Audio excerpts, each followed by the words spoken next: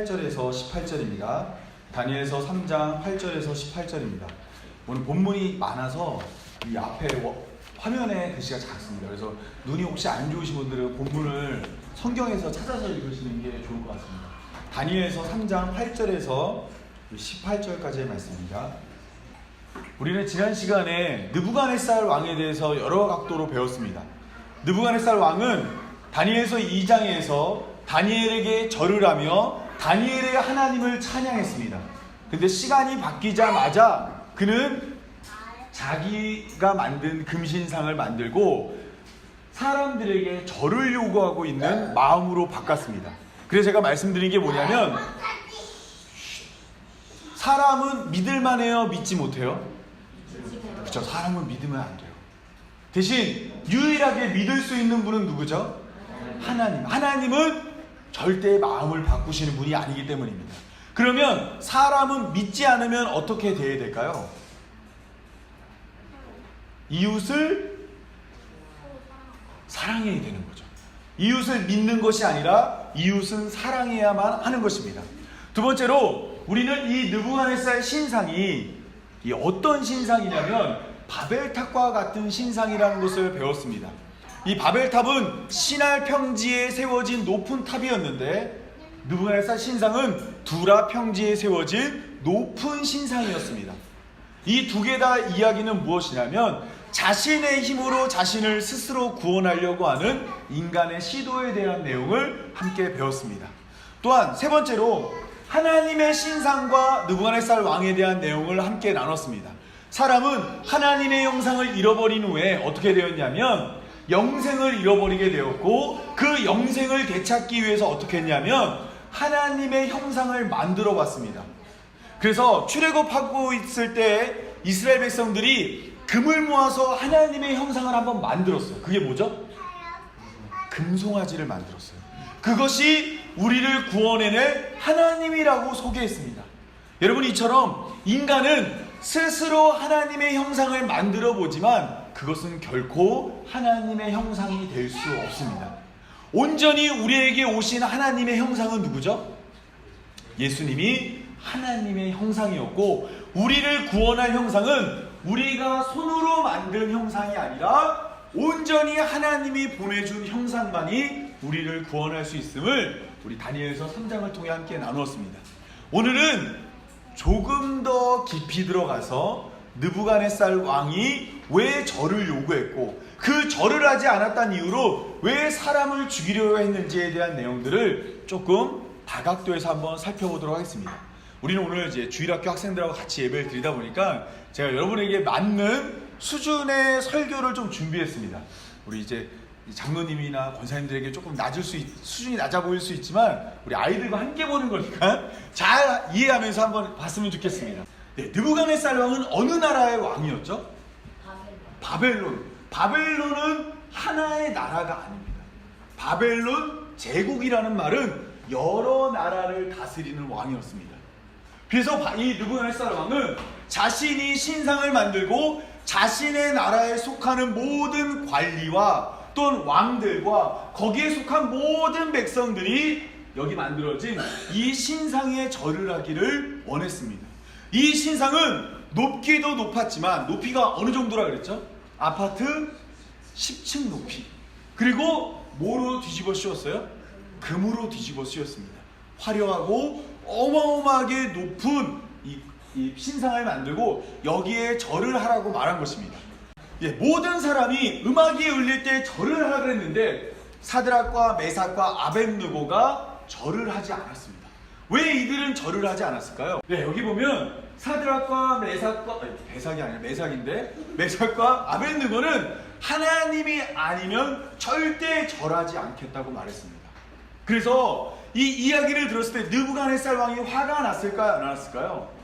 화가 엄청 났어요. 그래서 원래는 뜨거운 풀무불이라는 곳을 만들어 놓고 거기에 사람을 태워 죽이려고 했는데 명령을 내립니다.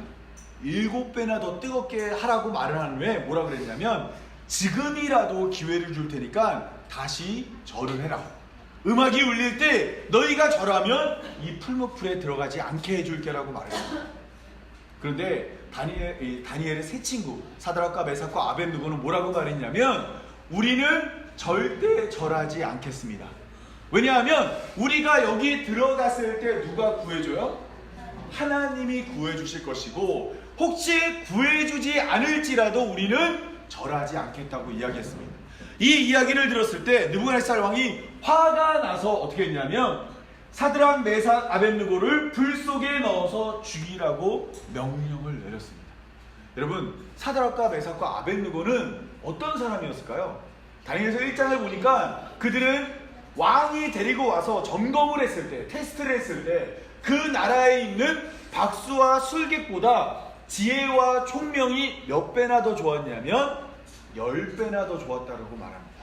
그러니까 IQ가 누가 30이면 사드락, 메삭, 아벳느고는 몇이에요? 저희 아직 한글만 떼가지고 아직 구구단이나 이런 게 안 되는, 뭐냐면 300, 그러니까 10배가 차이 나는 탁월한 능력을 가진 자였습니다.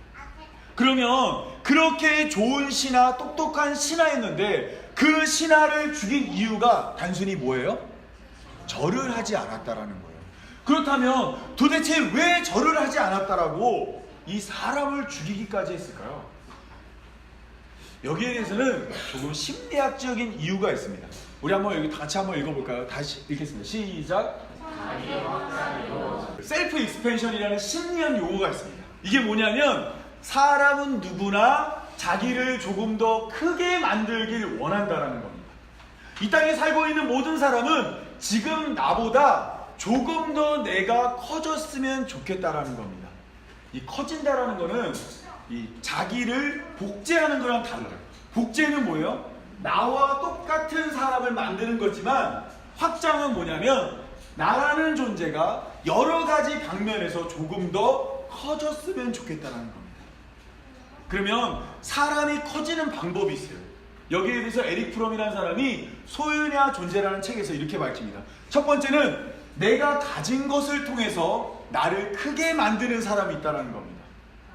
그러니까 이 자동차를, 좋은 외제차를 샀어요. 좋은 외제차를 탄 사람이 첫날 그 외제차를 가지고 나갈 때 어떻게 하냐면 대부분 창문을 내릴까요, 올릴까요? 내리고 음악을 크게 틀까요, 적게 틀까요? 크게 틀고 사람들이 나를 봐줬으면 좋겠다라는 생각을 가지죠. 왜 그러냐면 내가 가진 좋은 차가 곧 나에 대한 평가처럼 보이거든요. 그런데 만약에 내 차가 정말 제 차처럼 작은 경차예요. 그리고 경차인데 너무너무 오래됐어요. 털털털 거려요. 그런데 만약에 사람들이 여러 명이 모인 장소에 그 차를 타고 가면 사실은 조금 부끄러울 수 있습니다. 왜냐면 그 차와 나를 어떻게 해요? 같이 평가하기 때문입니다. 제가 이제 그 농구를 하는 모임이 있잖아요. 그 농구 모임에 가서 농구를 끝나고 처음에 딱 갔어요. 근데 제가 농구를 이제 그 화려하게 농구를 딱 끝내고 이제 차로 딱 갔는데 주차장에서 다 만났잖아요. 사람들이 다 뭐 보냐면 저도 모르게 제 차를 보고 있는 느낌이 드는 거예요. 이 사람이 어느 정도인가를 보통은 차나 이런 걸 통해서 평가하잖아요. 옛날에는 이 사람들이 자기 부자인 거 보여주려고 뭐 했죠? 금목걸이, 금팔찌, 다이아몬드 반지 이런 거 꼈는데 요즘은 자동차 하나면 다 해결이 돼가지고 그런 걸 잘 안 한다고 합니다. 사람들은 자기가 가진 것을 통해 자기의 존재를 넓히고 싶어 한다는 거예요. 내가 넓은 집에 살면 나는 큰 사람이 됐다라고 생각을 하고 내가 최신 핸드폰을 쓰면 나는 앞서가는 사람이 됐다라고 생각을 하는 겁니다. 이런 사람은 뭐냐면 자신의 소유를 가지고 자신의 크기를 가늠하는 사람입니다. 또 다른 사람은 어떤 거냐면 존재형으로 자신의 크기를 가늠합니다. 이것은 뭐냐면 내가 어떤 일을 하고 있냐에 따라서 자신의 크기를 정하는 겁니다. 가령 예를 들면 나는 이제부터 생일 때마다 내 나이만큼 어려운 사람들을 도울 거야, 이런 마음을 먹었어요. 근데 내가 10살이 됐어요. 그럼 몇 명을 도와야 돼요? 10명. 네, 10명을 도왔어요. 그리고 그 다음에 11살이 됐어요. 이제 몇 명을 도와야 돼요? 11명을 도왔어요. 그때 내가 어떤 느낌을 갖냐면 내가 이만큼 커졌구나, 내가 정말 잘하고 있구나, 내 목표가 성취될 때마다 그 안에서 자신의 존재를 발견하는 겁니다. 그렇다면 오늘 본문에 나와 있는 느부갓네살 왕은 커지고 싶은 사람이에요. 근데 이 사람은 자신의 소유를 통해서 커지길 원했을까요? 존재를 통해서 커지기를 원했을까요? 그렇죠. 당연히 소유죠. 내가 가지고 있는 이 신상의 크기만큼 자기가 커지길 바랬다라는 겁니다. 그래서 그 신상에 돈이 많이 들더라도 뭐로 만들었어요? 이 신상을요? 금. 왜냐하면 이거는 누구예요? 이 신상이? 자기 자신이니까 뭘 입어야 되냐면 제일 가치 있는 금으로 옷을 입어야 되는 거예요. 그리고 이 신상이 곧 자기잖아요. 그러니까 크고 싶어요. 얼마큼 크게 만든 거예요? 아파트 10층 높이로 아주 크게 만들어서 사람들이 이 신상을 보면 어떻게 해야 돼요? 고개를 다 위로 들어야 되는 겁니다. 그리고 이 신상이 높으면 높을수록 느부갓네살은 뭐냐면 모든 백성들이 다 내 밑에 있다고 생각한 거예요. 또 하나는 이 신상은 어떤 모습이죠? 신의 모습이라 그랬죠. 느부갓네살은 뭐가 되고 싶었던 거예요? 신이 되고 싶었던 겁니다. 옛날에는 왕이 곧 신이었거든요. 그러니까 내가 되고 싶은 모든 것을 지금 뭐에 투영시킨 거예요? 이 신상에 투영시킨 겁니다. 그런데 사드락과 메삭과 아벳느고가 이 신상에게 절을 하지 않았어요. 이것은 뭐예요? 누구에게 절하지 않은 거예요? 느부갓네살 왕에게 절하지 않은 겁니다. 내가 되고 싶은 어떤 것을 만들어놨는데 그것에게 절을 하지 않으니까 느부갓네살 왕은 화가 났던 거예요. 여러분, 우리는 이 느부갓네살 왕과 같이 이 땅을 살아가면서 내가 가지고 소유한 것을 통해 나를 키워가려는 사람들이 너무나 많은 것을 알고 있습니다. 대표적으로 우리는 자신을 크게 만드는 것이 뭐예요? 돈이 많으면 우리는 그 사람을 뭐라 그래요? 잘 사는 사람, 못 사는 사람. 그렇죠. 돈이 많으면 왜 잘 살아요? 돈이 많으면 사실 부자인데 우리는 어느 순간 그 사람을 뭐라고 얘기하죠? 잘 살고 있는 사람. 또 이 돈만 아니라 돈이 많으면 커졌다고 생각하는 것이 아니라 우리는 가족이 내 자녀가 잘 되면 뭐예요? 나도 잘 됐다고 느끼는 겁니다. 그래서 여러분 잘 보시면 나중에 우진이가 결혼할 거 아니에요, 아마도. 근데 우진이가 결혼하는데 우진이가 데려온 여자를 보고 제가 막 반대를 하는 거예요. 아, 나는 마음에 안 들어. 왜냐하면 우진이가 아주 좋은 여자랑 결혼해야 그 결혼의 결과를 통해서 누가 커져요? 내가 커진다고 생각을 하는 겁니다. 그래서 자녀의 결혼을 자꾸 반대하는 거예요. 아니면 이 자녀가 좋은 사람이랑 결혼했으면 좋겠다는 마음에서 저기 막 부잣집 딸이나 아니면 뭐 어떤 능력 있는 여자랑 자꾸 맺어주고 싶어하는 마음들이 있습니다. 왜냐하면 가족이 잘 돼야 누가 잘 되는 거라고 여겨요? 내가 잘 되는 거라고 여기는 겁니다. 또 하나는 우리는 명예를 통해서 나를 크게 만들려고 하는 겁니다. 어떤 사람은 자신의 재산을 매년 사회에 기부합니다. 그런데 성경에는 왼손이 하는 일을 어떻게 하라 그랬어요? 오른손이 모르게 하라 그랬죠. 근데 기부를 하면 가만히 있어요, 안 있어요?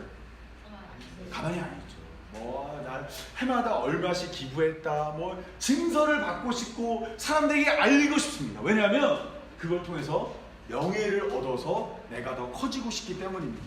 또 하나는 건강 역시 우리들은 나의 일부로 여겨서 가끔 그런 거 있죠. 아이고, 당신 지금 많이 몸이 안 좋아서 치료를 받아야 됩니다. 몸이 많이 안 좋습니다. 그러면 몸이 안 좋다는 이야기를 듣자마자 그때부터 뭐냐면 내가 쭈그러들기 시작하는 겁니다. 내가 그냥 병에 걸렸는데 이미 병에 걸린 그 증상으로 말미암아 나의 존재, 나라는 사람이 바짝 작아진 느낌이 되는 거예요. 또 하나는 내가 일하고 있는 직장, 내가 일하고 있는 현장, 이것이 곧 나를 대표하기도 합니다. 여러분 잘 보시면 이제 그런 거예요. 만약에 우리 승민이가 있어요. 승민이를 만났어요. 승민아 반가워. 교회에서 본 지 한 10년 만에 만났구나. 그동안 어디 절에 다녔니 하면서 제가 막 승민이가 인사를 했어요. 그래가지고 승민이한테 내가 보통 처음에 뭐 물어보겠어? 너 요즘 뭐 하고 있니? 라고 물어보겠죠. 왜냐면 그 사람의 직업이 그 사람을 대표할 때가 많기 때문입니다. 근데 승민아, 오랜만이야. 뭐 하고 지내니? 요즘 뭐해? 승민이가 갑자기 딱 이러더니, 요즘 좀 이렇게 변호사 일하냐고 좀 바빠요. 그리고 승민이가 변호사가 된 거예요. 그럼 제가 승민이를 어떻게 바라볼까요? 승민이 성공했구나. 제가 승민이를 막 크게 보는 겁니다. 근데 승민이한테 제가 10년을 딱 만나요. 승민아 요즘 뭐하니? 그랬더니 지금 저기 짜장면 배달 가야 돼요. 빨리 다음에 뵐게요 하면서 갔어요. 승민이가 좀 힘들게 사고 있구나. 승민이가 이렇게 큰데 제가 승민이를 작게 보는 겁니다. 왜냐하면 사람은 내가 하고 있는 일과 동일시 여겨지며 그 사람의 크기를 가늠하기 때문입니다. 그래서 사람들은 누구나 더 커지기 위해서 이것들을 넓혀가기 위해서 살아갑니다. 그래서 돈을 많이 벌고 싶어 하죠. 그리고 내 자녀가 공부 열심히 해서 돈 많이 벌고 세상에서 성공했으면 합니다. 또한 나 역시 큰 명예를 누리기 원하고, 또한 내가 죽기 전까지 강건한 모습을 가지고 좋은 직업을 가지며 사람들에게 우러러보는 삶을 살고 싶어 살아간다는 겁니다. 여러분, 우리나라에서 돈 제일 많은 사람이 누구예요? 저는 아니고 누굴까요? 우리가 이건희 회장. 돈 많잖아요. 죽을 때까지도 못 쓰는데 지금도 돈을 벌어요. 왜 그러냐면 계속해서 나를 키워가고 싶기 때문입니다. 하지만 우리들이 이렇게 키워가고 싶지만 문제가 있습니다. 뭐냐면 이거죠. 삶은 짧고 죽음은 영원하다. 아무리 내가 커져도 우리에게 해결되지 않는 문제가 뭐예요? 죽음의 문제가 해결되지 않는 겁니다. 내가 커지고 싶지만 커질 수 있는 것이 한계가 있는 거예요. 그래서 사람들은 내가 가지고 싶은 것들을 이 한계를 극복하고, 또 하나는 여러분 잘 생각해 보세요. 지금 이 세상에는 내가 열심히 한다고 죽는 날까지 이건희 회장보다 돈을 많이 벌 수 있을까요? 없을까요? 없어요. 벌기가 굉장히 힘들죠. 이미 기울어진 운동장이라고 표현이 될 만큼 한 번 먼저 손을 쥔 것은 절대 놓지 않으려는 사람들로 가득 찬 곳에서 나를 키워가고 싶으면 키울 수가 없는 환경입니다. 그래서 사람들은 나를 키우기 위해서 누구에게 의지하냐면 하나님을 의지합니다. 하나님, 나에게 돈을 주세요. 하나님, 나에게 더 커져가는 가족을 주세요. 하나님, 나에게 세상이 감당할 수 없는 명예를 주시고, 하나님, 나에게 좋은 직장과 건강을 허락해 주세요라고 나를 키워가는 것들을 누구에게 기도해요?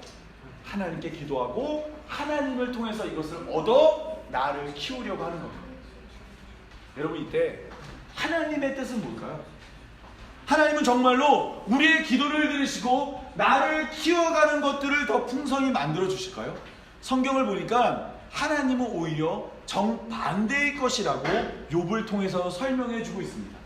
이 욥은 이제 성경에 나오는 욥은 굉장히 완벽한 사람이었습니다. 이 사람은요, 가진 소유가 많았고요. 그리고 당시에는 자녀가 많으면 복이었는데 아들이 7, 딸이 3이었어요. 10명의 자녀가 있었어요. 그리고 이 사람은 명예가 있었습니다. 어떤 명예가 있었냐면 동방에서 제일 큰 사람이라는 사람이었어요. 그리고 이 사람은 얼마나 신앙이 좋았냐면 하나님을 섬기는 일에 거짓이었고 하나님으로부터 칭찬을 들을 정도로 믿음 생활을 잘했습니다. 근데 마귀가 와가지고 물어보는 거예요. 말하는 거예요. 하나님, 욥이 왜 이렇게 잘 믿는 줄 아세요? 하나님이 그가 가지고 있는 소유물을 잘 울타리 안에 가두어서 보호해 줬기 때문입니다. 그것이 없으면 욥은 분명히 하나님을 떠날 것입니다 라고 이야기했어요. 여러분, 그래서 하나님이 한번 마귀에게 그렇게 해보라고 말했습니다. 그래서 하나님이 욥에게 처음으로 뭘 가져갔냐면 그의 소유를 가져갔습니다. 그리고 그의 자녀들이 노략질 당하는 가운데 죽임을 당하였고, 동방의 의인이라 불렸던, 동방에서 제일 큰 사람이라 불렸던 욥은 저주의 상징이 되었습니다. 뿐만 아니라 그는 기와장으로 몸을 긁어야 될 정도로 피부에 아주 안 좋은 질병이 생기고 건강에 이상이 생겼고 모든 아무 일도 할 수 없는 존재가 되었어요. 많은 것을 가지고 있던 욥이 지금 앞에 화면에 보이죠? 뭐밖에 없어요? 자기 하나밖에 없는 상태가 되었습니다. 다 잃어버렸어요. 여러분, 그런데 욥기의 마지막에는 뭐라고 기록되어 있는지 이렇게 되어 있습니다. 욥이 모든 것을 잃고 난 후에 하나님에게 엄청나게 혼이 나고 이러한 고백을 합니다. 우리 한번 욥기 42장 4절에서 우리 6절까지 한번 읽도록 하겠습니다. 다 같이 읽겠습니다. 시작. 내가 말하사오니 주는 들으시고 내가 주께 묻겠사오니 주여 내게 하옵소서. 내가 주께 대하여 눈을 높이만 하였사오나 이제는 눈으로 주를 배운나이다. 그러므로 내가 스스로 거두어지고 희절과 죄정하여서 회개하나이다. 욥은 아까 얘기했지만 많은 것을 가진 사람이었어요. 많은 것을 가졌어요. 돈도 많았고 자녀도 많았고 명예도 있었고 직장도 있었고 건강도 있었습니다. 뿐만 아니라 그는 정말 많은 것을 소유한 완벽한 사람이었어요. 그런데 그가 그것들을 가지고 있을 때 하나님을 어떻게 알았다고요? 귀로 듣기만 했어요. 그런데 하나님이 그것들을 하나 다 잘라내고 나니까 하나님에게 뭐라 그래요? 이제 내가 뭐라고요? 눈으로 주님을 배웁니다라고 말합니다. 예수님은 산 위에 올라가서 산상수훈 가운데 이런 얘기를 하죠. 우리 한번 읽어보겠습니다. 다 같이 읽겠습니다. 시작. 마음이 정결한 자는 하나님을 볼 것이요. 누가 하나님을 볼 수 있어요? 마음에 여러 가지 것들을 가지고 있는 사람은 하나님을 볼 수가 없습니다. 돈, 명예, 건강, 가족, 직장, 그 외에도 내가 원하는 것들을 가슴에 품고 그것을 얻어내기 위해서 하나님을 섬기는 사람들은 하나님을 온전히 볼 수가 없어요. 오히려 그것들이 하나 사라져 가야지만 하나님이 눈에 보인다라는 겁니다.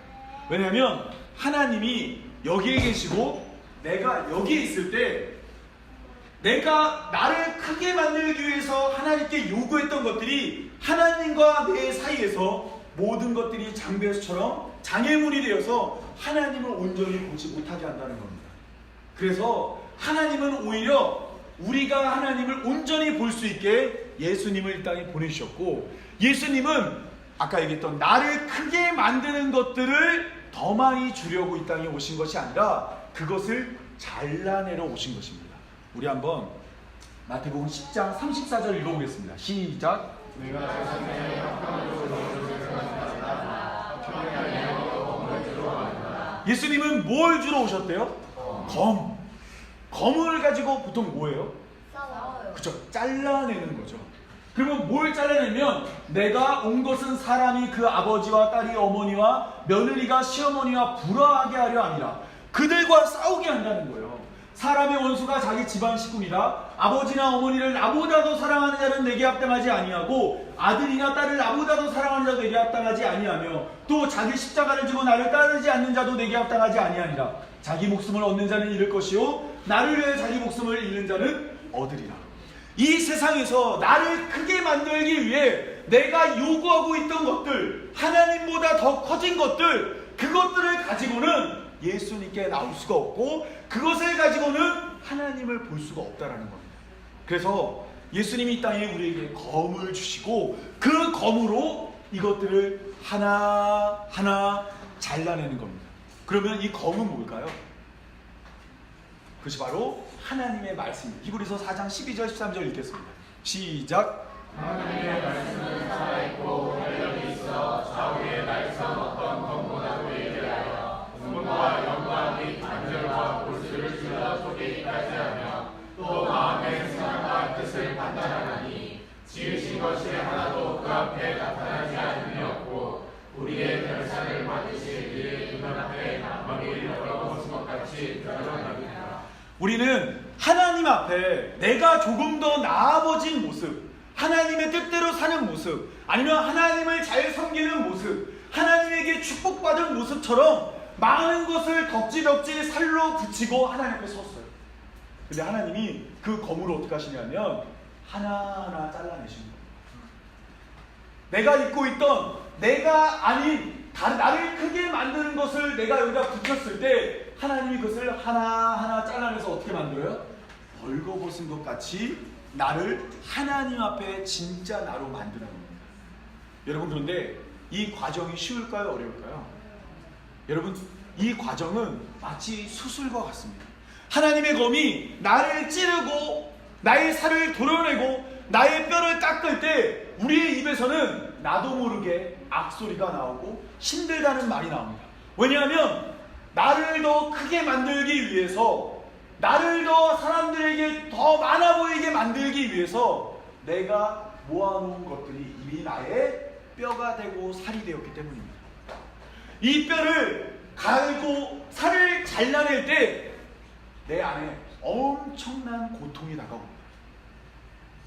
나에게서 돈이 사라질 때, 나에게서 사랑하는 가족이 사라질 때, 사람들이 나를 명예롭게 보지 않고 나를 오해하기 시작할 때, 그리고 내가 잘 다니고 있던 직장에서 일을 그만두게 되었을 때, 그리고 어느 날 갑자기 찾아온 나의 건강에 문제가 생겼을 때, 우리들은 그 순간을 너무너무 힘들어합니다.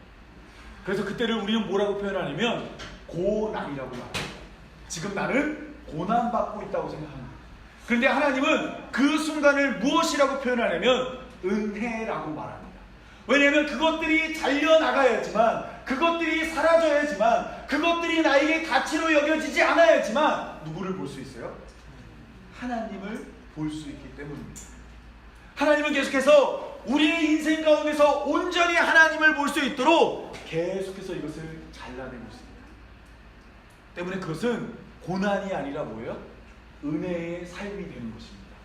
나에게 점점 뭔가 없어져 가는데 그것이 오히려 기쁨이 되어지고, 그것이 내게 사라지면 사라질수록 잘 안 보이던 누가 뚜렷하게 보여요? 하나님이 뚜렷하게 보이게 되는 것입니다. 여러분, 우리가 이것들을 하나하나 잃어가면서, 이 장애물들이 하나하나 사라지면서 뚜렷이 점점 보이기 시작하는 하나님은 바로 십자가에 못 박힌 예수 그리스도입니다. 사람들은 예수님을 건축자의 버린 돌처럼 저기다 갖다 버렸어요. 아무 가치 없다고 생각해서 예수님을 갖다 버렸습니다. 왜 예수님이 가치 없어 보였을까요? 이것은 예수님의 시험에서 확인해 볼 수 있습니다. 예수님이 공생애를 시작합니다. 이제 그리스도의 사역을 시작할 때 광야에서 마귀에게 세 가지 시험을 받아요. 첫 번째 시험은 돌이 떡이 되게 하라. 두 번째 시험은 성전에서 뛰어내려봐라. 세 번째 시험이 뭐예요? 지구를 달라가 아니라 나에게 절을 하면 내가 보여준 천하 만국과 그 안에서 누리게 될 영광을 주겠다는 겁니다. 여러분, 마귀가 지금 예수님에게 주겠다는 게 뭐예요? 천하 만국과 그 안에서 누리는 영광입니다. 여러분, 아까 소유형 인간 한번 생각해 보세요. 만약에 천하를 손에 넣었고 그 안에서 누릴 수 있는 영광을 다 손에 쥐었으면 이 세상에서 누가 제일 큰 사람이 돼요? 예수님이 제일 큰 사람이 되죠. 그런데 예수님은 이 이야기를 듣고 그의 말대로 하지 않았습니다. 주 너의 하나님만 섬기라고 말하며 예수님은 세상에서 가장 큰 삶이 아니라 세상에서 가장 낮은 삶을 살겠다고 이 시험을 통과하신 것입니다. 여러분, 이 시험은 뭐랑 비슷해요? 오늘 본문의 느부갓네살 왕이 세 친구에게 요구한 것도 똑같죠. 너희가 절을 하면 내가 너희를 살려줄게. 마귀도 뭐예요? 당신이 나에게 절을 하면 내가 이것을 줄게라고 말합니다. 근데 예수님은 그것을 거절했습니다. 그것은 예수님이 이 땅에서 커지겠다는 거예요? 작아지겠다는 거예요? 작아지겠다는 거예요.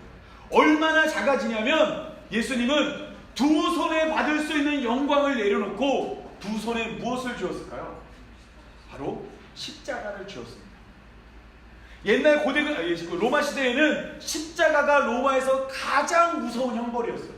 사람들은 입에 십자가라는 단어를 올리는 것조차 좋아하지 않았고, 만약에 오늘 나갔다가 십자가라는 소리를 들었으면 집에 와서 어떻게 하냐면 귀를 닦았습니다. 저주의 소리이기 때문에, 저주의 상징이기 때문에. 그런데 예수님은 그 십자가를 두 손에 쥐고 골고다 언덕을 올라가셨습니다. 그리고 성경에는 나무에 달린 자마다 저주받은 자라고 했는데 예수님이 십자가에 달려 죽으심으로 저주받은 자가 되었습니다. 사람들이 볼 때 예수님이 하나님의 아들이 아니라 이 세상의 왕이 아니라 누구보다도 낮고 천한 자의 모습으로 예수님이 살아가신 겁니다. 마치 우리들은 강한 예수님을 원하고 힘있는 예수님을 바랬지만 예수님이 이 땅에 살았던 삶은 무엇이냐면 가장 초라하고 볼품없는 삶을 사는 것입니다. 예수님께서 이런 얘기하셨죠. 지극히 작은 자에게 한 것이 곧 내게 한 거라고 했는데 예수님의 삶 자체가 뭐냐면 지극히 작은 자의 삶을 사신 겁니다. 그래서 사람들은 예수님을 필요 없다고 생각해서 건축자의 버린 돌처럼 저기다 갖다 버렸어요. 그런데 예수님이 버림받은 그 자리에 누가 모이기 시작했냐면 아까 얘기했던 하나님의 검에 의해서 찔리고 찔린 자들이 예수님께 나오기 시작하는 겁니다. 그리고 이 예수님이라는 건축자들이 버린 돌에게 하나님의 말씀에 의해 하나님의 검에 의해 찔린 자들이 하나하나 쌓이고 모여서 무엇을 만들었냐면 바로 교회를 이루게 된 겁니다. 예수님을 머리로 한 몸 된 하나의 교회가 이와 같이 잘려서 세상 사람들이 보기에는 초라하고 세상 사람들이 보기에는 보잘것없고 세상 사람들이 보기에는 기독교인들은 실패한 사람들이구나, 기독교인들은 아무짝에도 쓸모없는 사람들이구나, 기독교인들은 다 커져가는 세상에서 작아짐으로 말미암아 실패한 인생이구나 했는데 이들이 예수님으로 말미암아 하나하나 모이자 바로 하나님이 거하시는 교회가 되어버린 겁니다. 우리 한번 20절부터 에베소 2장 20절부터 22절까지 읽겠습니다. 시작. 그리스도 예수께서 친히 모퉁이 돌이 되셨느니라. 그의 안에서 건물마다 서로 연결하여 주 안에서 성전이 되어가고 너희도 성령 안에서 하나님이 거하실 처소가 되기 위하여 그리스도 예수 안에서 함께 지어져 가느니라. 여러분, 예수님이 모퉁이 돌이 되어서 세워진 이 교회는 누구의 처소가 되었대요? 하나님이 거하실 처소가 되었습니다. 여러분, 솔로몬이 성전을 짓고 뭐라 했죠? 하늘의 하늘들의 하늘이라도 자기가 만든 이 성전은 하늘의 하늘들이라도 이 감당할 수 없는 하나님을 용납할 수 없다고 했어요. 하나님은 크고 광대하신 분입니다. 솔로몬이 만든 성전도 하나님을 감당하지 못했어요. 그런데 예수님이 머릿돌된 이 교회는 누가 거하신대요? 하나님이 거하신대요. 그러면 오늘 우리가 만들어낸 이 교회는 세상 그 무엇과도 비교할 수 없는 아주 큰 건물이 된 겁니다. 하나님이 머무시는 곳이에요. 여기서 말하는 건 이 진짜 우리 어떤 이 건물, 이 업을 얘기하는 것이 아니라 교회로 이루어진 이 공간, 우리가 바로 하나님을 모시는 자가 됐다라는 겁니다. 그러면 아까 얘기했지만 자기 확장하기 위해서 느부갓네살 왕은 자신이 가진 것으로 크게 뭔가를 만들었다면 성도는 크기 위해서 어떻게 될까요? 하나님의 말씀에 찔려서 잘려서 예수 그리스도에게 붙은 자가 되고, 그래서 그걸로 말미암아 건물마다 연결되어 하나의 교회가 되었을 때 우리는 뭐가 돼요? 세상에서 비교할 수도 없는 가장 큰 자가 된다는 겁니다. 세상을 크기 위해서 어떻게 해요? 더 많은 것을 얻고 더 많은 것을 가지고 더 많은 것을 누려야 된다고 말했지만, 교회로 부름받은 성도는 말씀에 의해 잘려 예수 안에 붙음으로 말미암아 세상에서 가장 커진 교회가 될 수 있다는 겁니다. 이제 말씀을 맺겠습니다. 이 아프리카 원주민들이 원숭이 잡는 방법을 보여준 적이 있습니다. 항아리에다가 맛있는 과일을 잔뜩 넣어요. 그리고 항아리를 땅에다가 빠지지 않게 잘 묻어놓습니다. 그리고 원숭이가 다니는 길에다 이걸 갖다 놔요. 그러면 이 입구가 좁은 이 항아리에 원숭이가 발견하고 가서 손을 냅니다.